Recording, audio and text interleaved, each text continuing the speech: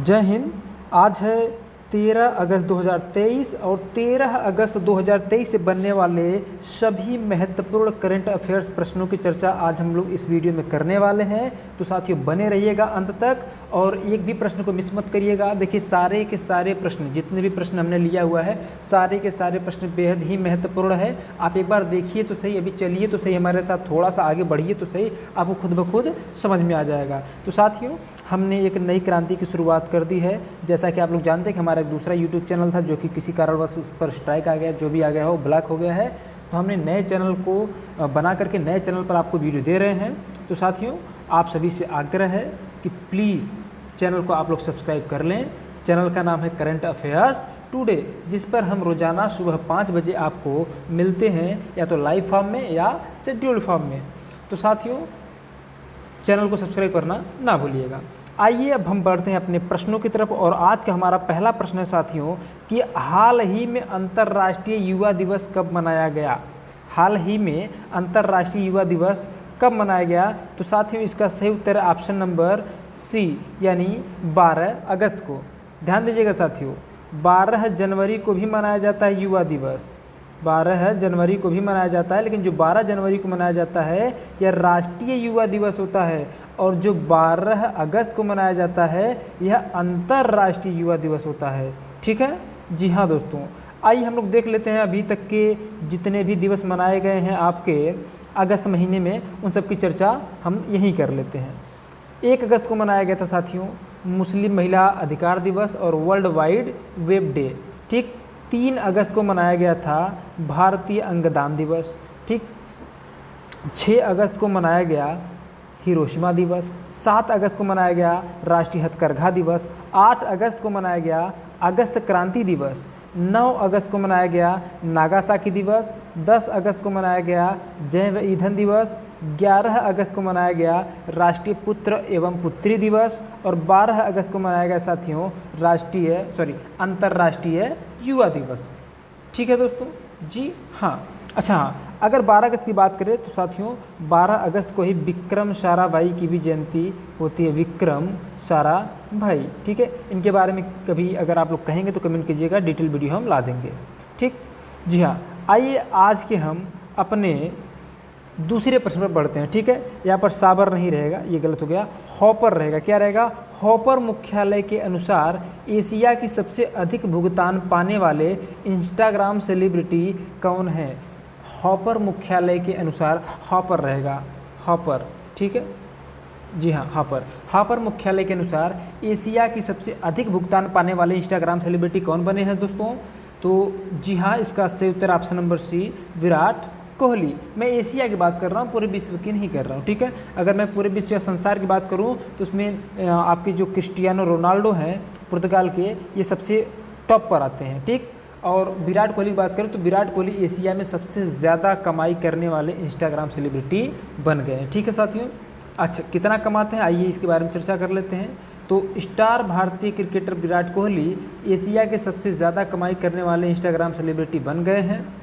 विराट कोहली को एक Instagram post के लिए 13,84,000 डॉलर मिलते हैं या कमाते हैं। साथियों 13,84,000 में आप 8 का गुणा कर दीजिएगा, लगभग 11 करोड़ से भी ज़्यादा होगा। तो लगभग 11 करोड़ से भी ज़्यादा की कमाई हो जाती है विराट कोहली की इंस्टाग्राम पर केवल एक पोस्ट डालकर। ज़रा सोचिए साथियों, एक पोस्ट से इतनी कमाई है, तो फिर अगर विराट कोहली दिन भर में डाले तो मैच खेलने की आवश्यकता भी ना हो उनको। खैर कोई बात नहीं, आइए देखते हैं विराट कोहली के बारे में आगे, है ना। तो एशिया में सबसे ज़्यादा फॉलोवर भी किसके पास है? विराट कोहली के पास है। कितने हैं साथियों? 256 मिलियन, है ना। 256 मिलियन की गिनती कुछ होती है। यहाँ पे हमने उनका आईडी का स्क्रीनशॉट लगाया भी है साथियों।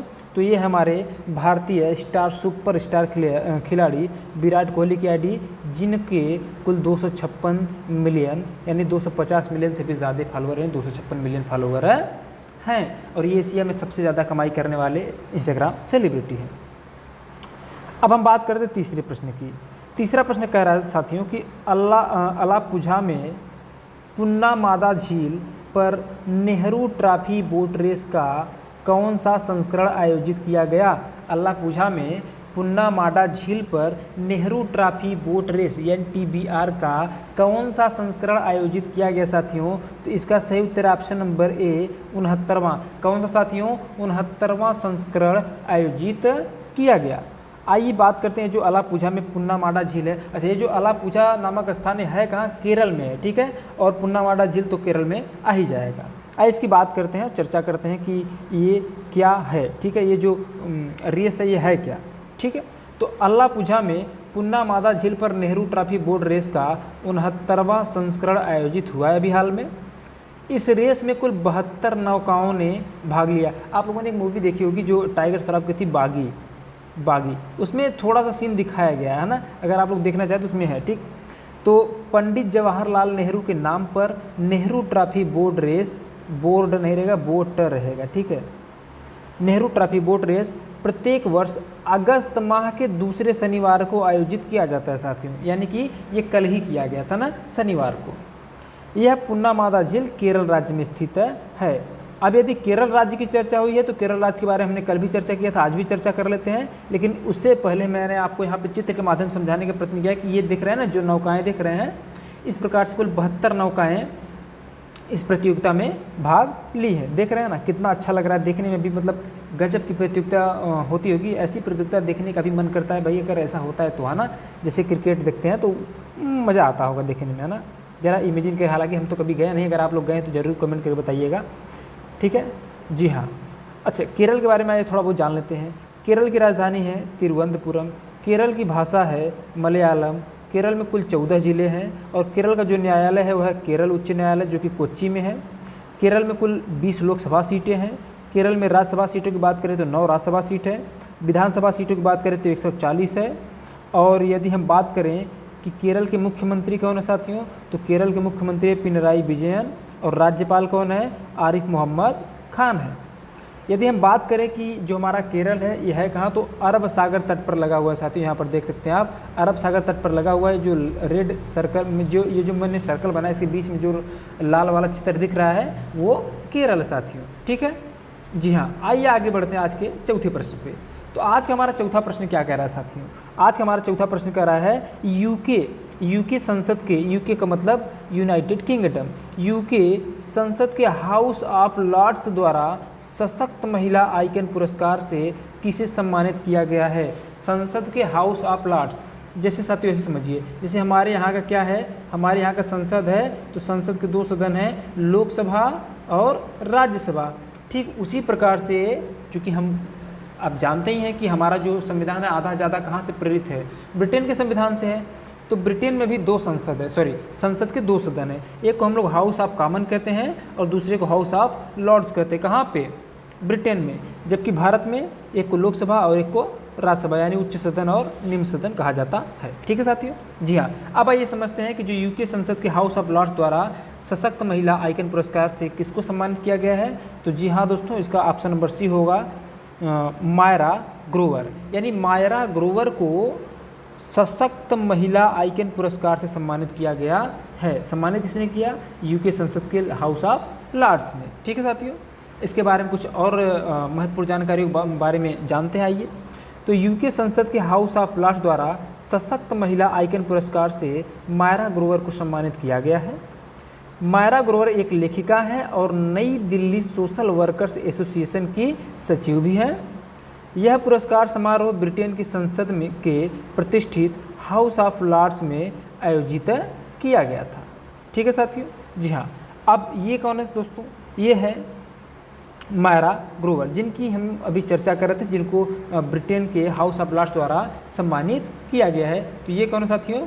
मायरा ग्रोवर है। ठीक है जी हाँ। आइए आगे बढ़ते हैं अगले प्रश्न पर। अच्छा, अगले प्रश्न पर बढ़ने से पहले मैं चर्चा कर लेता हूँ भाई, यूके का नाम आया है, यूके का जिक्र यानी कि लंदन का जिक्र आया। अच्छा, ये जो यूके है इसी को हम लोग कहते हैं ब्रिटेन। ठीक है, यूनाइटेड किंगडम।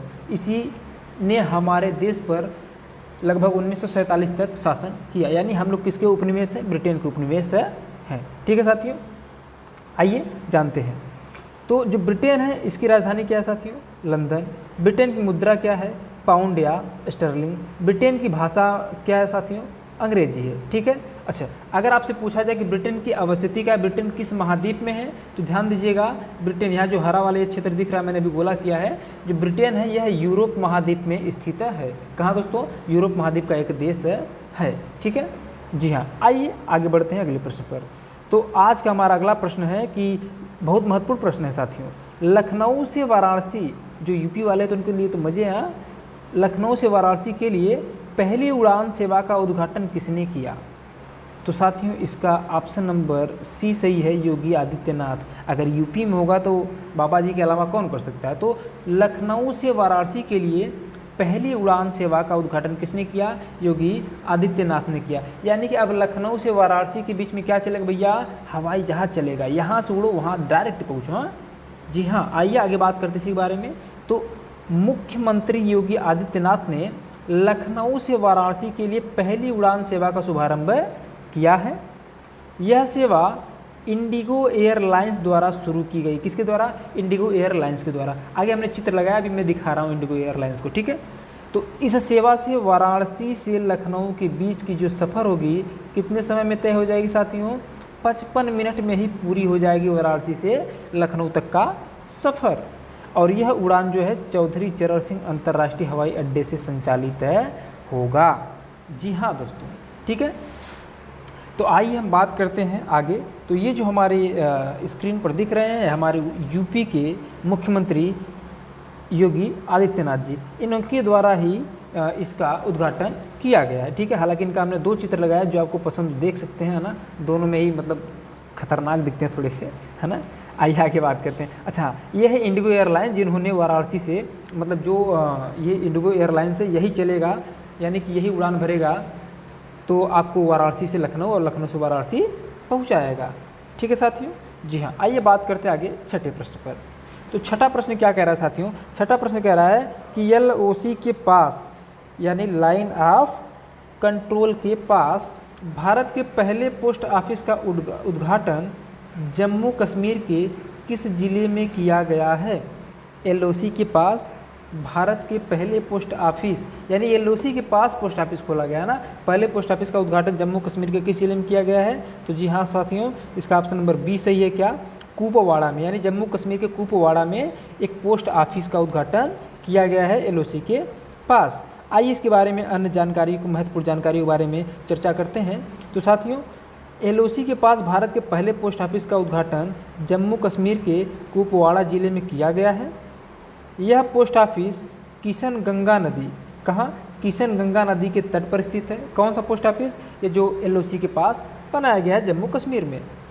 किशन गंगा नदी जो है साथियों, यह झेलम नदी की सहायक नदी है। इसके बारे में कई बार आपसे परीक्षाओं में पूछा जाता है कि किशन गंगा नदी किसकी सहायक नदी है? तो ये झेलम की सहायक नदी है। ठीक है साथियों, जी हाँ। अच्छा, अगर बात करें कि ये जो पोस्ट ऑफिस है इसका पिन कोड क्या है, तो इस पोस्ट ऑफिस का पिन कोड है 193-224। यदि आप कुछ भेजना चाह रहे हो तो यहाँ से वहाँ तक आप भेज सकते हैं पिन कोड का प्रयोग करके। ठीक है साथियों, जी हाँ। आइए आज के 7वें प्रश्न की बात करते हैं। और 7वां प्रश्न क्या कह रहा है साथियों कि मालाबार अभ्यास में कौन सी 2 नौसेनाएँ भाग लेती हैं? ये जो मालाबार अभ्यास है इसमें कौन सी 2 नौसेनाएँ भाग लेती हैं? भारतीय नौसेना और रूसी नौसेना, या भारतीय नौसेना और चीनी नौसेना, या भारतीय नौसेना और अमेरिकी नौसेना, या अमेरिकी नौसेना, भारतीय नौसेना और फ्रांसीसी। तो साथियों इसका सही उत्तर ऑप्शन नंबर सी, यानी भारतीय नौसेना और अमेरिकी नौसेना ने मालाबार अभ्यास में भाग लिया है। यानी जो मालाबार अभ्यास होता है ये किन 2 देशों की नौसेनाओं के बीच में होता है? तो भारतीय नौसेना और अमेरिकी नौसेना के बीच में होता है साथियों। ठीक है, तो आइए व्याख्या के बारे में चर्चा कर लेते हैं, वही इसके बारे में और जानकारियों को हासिल कर लेते हैं। तो यह जो मालाबार अभ्यास है साथियों, इसमें भारतीय नौसेना और अमेरिकी नौसेना भाग लेती है। मालाबार अभ्यास 11 अगस्त 2023 को सिडनी ऑस्ट्रेलिया में शुरू हुआ है। कहाँ पे? ऑस्ट्रेलिया के सिडनी में शुरू हुआ है। यह मालाबार अभ्यास 11 दिनों तक चलेगा। कितने दिनों तक? 11 दिनों तक चलेगा। और इस अभ्यास में भारतीय नौसेना के INS सह्याद्री और INS कोलकाता भी क्या करेंगे भैया? भाग लेंगे। ठीक है दोस्तों, आइए देख लेते हैं कि जो नौसेनाओं का युद्धाभ्यास देख रहे हैं ना, चित्र के माध्यम से मैंने आपको यहाँ पे समझाने का प्रयत्न किया है। तो इस प्रकार से जो नौसेनाएं हैं अमेरिका की और भारत की, ये ऑस्ट्रेलिया के सिडनी में क्या कर रही हैं, संयुक्त सैन्याभ्यास कर रही हैं। यहाँ हमने 2 चित्रों को लगाया ताकि आप लोग देखें और आपको थोड़ा सा अच्छा भी लगे देखने में, ताकि आप समझ पाएँ। सबसे बड़ा जो मुख्य उद्देश्य चित्र को लगाने का ये है कि आप चीज़ों को समझ पाएँ, और अगर ना समझ में आए तो उसके लिए मैं हूँ, आप लोग कमेंट कर सकते हैं। आज का हमारा 8वां प्रश्न है साथियों कि रिजर्व बैंक ऑफ इंडिया यानी आरबीआई की मौद्रिक नीति के संदर्भ में रेपो दर क्या है। आपसे पूछ रहा है कि रेपो दर क्या होता है, तो साथियों इसका ऑप्शन नंबर बी सही होगा कि वह दर जिस पर आरबीआई बैंकों को क्या करती है, पैसा उधार देती है, लोन देती है। जैसे मान लेते हैं कि रिजर्व बैंक ऑफ इंडिया, भारतीय नोट देखेंगे, हालांकि हमको यहाँ पे नोट लगा देना चाहिए, तो हमने नोट नहीं लगाया है। जब आप भारतीय नोट कोई भी उठाएंगे तो उस पर लिखा रहता है रिजर्व बैंक ऑफ इंडिया। तो जो रिजर्व बैंक ऑफ इंडिया है वो तो केंद्रीय बैंक हो गया। इसके अलावा हमारे भारत में बहुत सारे बैंक हैं ना, तो जितने बैंक हैं उनको जो पैसा मिलता है, जो पैसा उधार मिलता है वो देता कौन है, आरबीआई देता है। और वह आरबीआई जिस दर पर, जिस दर का मतलब जो टैक्स लगाता है ना, जिस दर पर पैसा उधार देता है उसी को क्या कहते हैं, रेपो दर। ठीक है जी हाँ, तो वह दर जिस पर आरबीआई बैंकों को पैसा उधार देता है उसे क्या कहते हैं हम लोग, रेपो दर कहते हैं। ठीक है साथियों, इसके बारे में आइए और कुछ जानकारियों को हासिल करते हैं, बहुत ही महत्वपूर्ण है ये चूँकि, है ना। तो जिस दर पर आरबीआई वाणिज्यिक बैंकों को पैसा उधार देती है उसे क्या कहते हैं, रेपो रेट या रेपो दर कहते हैं साथियों। आरबीआई ने लगातार तीसरी बार प्रमुख ब्याज दर को अपरिवर्तित रखा है, यानी कि जो आरबीआई है बैंकों को पैसा उधार दे रही है, उसने मतलब कि ये जो पैसा, ये टैक्स है, जो दर है, दर को नहीं बढ़ाया है, उसने जस का तस रखा है। ठीक है, तो अगर हम बात करें कि अभी रेपो रेट वर्तमान में कितना है, तो साथियों यहाँ पर मैंने मेंशन किया हुआ है कि वर्तमान में अभी भी जो रेपो रेट कितना है, 6.5 है। ठीक है, 6.5% है। तो मौद्रिक नीति समिति ने 10 अगस्त 2023 को सर्वसम्मति से रेपो दर को 6.5% पर स्थिर रखने का ही निर्णय लिया। अभी चूंकि बात आई आरबीआई की, तो आरबीआई के बारे में आइए हम लोग जानते हैं, चित्र के माध्यम से समझेंगे ना, मज़ा आ जाएगा ना। तो भारतीय रिजर्व बैंक यानी रिजर्व बैंक ऑफ इंडिया, ये है रिजर्व बैंक ऑफ इंडिया का लोगो साथियों। ठीक है, क्या है, रिजर्व बैंक ऑफ इंडिया का लोगो है। अभी हम बात करते हैं किसके बारे में, आरबीआई के बारे में। तो आपसे कई बार सामान्य परीक्षाओं में पूछा जाता है कि भैया आरबीआई का जो स्थापना है कब हुआ, तो 1 अप्रैल 1935 को हुआ। अगर आपसे पूछ लिया जाए कि आरबीआई का मुख्यालय कहाँ है, तो मुंबई में है, महाराष्ट्र राज्य में। अगर आपसे पूछ लिया जाए कि आरबीआई के गवर्नर वर्तमान में कौन है, तो शक्तिकांत दास हैं। जो गवर्नर होते हैं, आप देखेंगे नोट्स, जो नोट आप देखते हैं ना, नोट पैसा यूज करते हैं ना, उस पर ये जो शक्तिकांत दास हैं, इनके सिग्नेचर हुए होंगे, है ना। अभी आप लोग देख लीजिएगा, अगर आपके पास हो तो देख सकते हैं, है ना। और ये क्या है साथियों, ये है आपका लोगो किसका, भारतीय रिजर्व बैंक यानी रिजर्व बैंक ऑफ इंडिया की। ठीक है जी हाँ, अब हम आगे बढ़ते हैं आज के 9वें प्रश्न पर। 9वां प्रश्न कह रहा है साथियों कि आगामी विश्व एथलेटिक चैंपियनशिप 2023 में भारतीय दल का नेतृत्व कौन करेगा। आगामी विश्व एथलेटिक चैंपियनशिप में जो 2023 में होने वाला है, उसमें भारतीय दल का नेतृत्व कौन करेगा। तो जाहिर सी बात है साथियों, अभी एक नाम बड़ी चर्चा में है, नीरज चोपड़ा। चूँकि ये ओलंपिक में भी गोल्ड मेडल जीते हुए थे, तो इनकी चर्चाएं थोड़ी सी विश्व स्तर पर हो गई है ना, राष्ट्रीय और अंतर्राष्ट्रीय स्तर पर हुई। तो साथियों नीरज चोपड़ा जो है विश्व एथलेटिक चैंपियनशिप 2023 में भारतीय दल का नेतृत्व करेंगे। इसके बारे में जान लेते हैं। तो नीरज चोपड़ा आगामी विश्व एथलेटिक चैंपियनशिप 2023 में भारतीय दल का नेतृत्व करेंगे। विश्व एथलेटिक चैंपियनशिप 2023 19 से 27 अगस्त तक बुडापेस्ट हंगरी में आयोजित होगी। यानी अगर बात किया जाए कि विश्व एथलेटिक चैंपियनशिप जो 2023 आयोजित होगा, वो कब आयोजित होगा, 19 से 27 अगस्त के बीच। कहाँ पर होगा, बुडापेस्ट में होगा, यानी हंगरी में होगा। ठीक है साथियों, अगर हम बात करें जो एथलेटिक्स चैंपियनशिप है क्या, है ना, तो दोस्तों इसमें प्रतिस्पर्धात्मक, यानी कि इसमें एक दूसरे से क्या होता है, कंपटीशन होता है। कैसा कंपटीशन, दौड़ने का कंपटीशन, कूदने का कंपटीशन, फेंकने का और चलने का इत्यादि प्रतियोगिताओं का एक विशेष संग्रह है। क्या, कौन विशेष संग्रह है, एथलेटिक्स, है ना। तो एथलेटिक्स क्या है, दौड़ने, कूदने, फेंकने और चलने की जो प्रतियोगिताएं होती हैं, उसका एक विशेष संग्रह है साथियों। जी हाँ, तो ये है नीरज चोपड़ा और ये करेंगे भारतीय दल का नेतृत्व। कहाँ? विश्व एथलेटिक्स चैंपियनशिप 2023 में। हाँ तो दोस्तों, कल हमने आपको एक प्रश्न दिया था, प्रीवियस क्वेश्चन जो हमने आपसे पूछा था कि हाल ही में किस राज्य ने अपने राज्य का नाम बदलने के लिए राज्य विधानसभा में एक प्रस्ताव पारित किया है। तो साथियों, इसका उत्तर है ऑप्शन नंबर ए यानी केरल। केरल ने राज्य विधानसभा में एक प्रस्ताव पारित किया और केंद्र सरकार से सिफारिश किया है कि उसका जो राज्य का आधिकारिक नाम है वो क्या कर दिया जाए? केरलम कर दिया जाए। क्या साथियों? केरल तो रहे पहले से ही है, केरलम कर दिया जाए। ठीक है, केरलम करने की मांग उठाया है केरल ने। ठीक है जी हाँ। तो इसी के साथ अब हम आज आपको एक प्रश्न और देते हैं। ये टुडे क्वेश्चन यानी ये आज का प्रश्न है और आपको करके बताना है, यानी कि आपको कमेंट करना है कि इसका कौन सा उत्तर सही होगा। प्रश्न है कि किस सरकार ने कक्षाओं में मोबाइल फ़ोन के इस्तेमाल पर रोक लगा दिया है? किस सरकार ने कक्षाओं में मोबाइल फ़ोन के इस्तेमाल पर रोक लगा दिया है?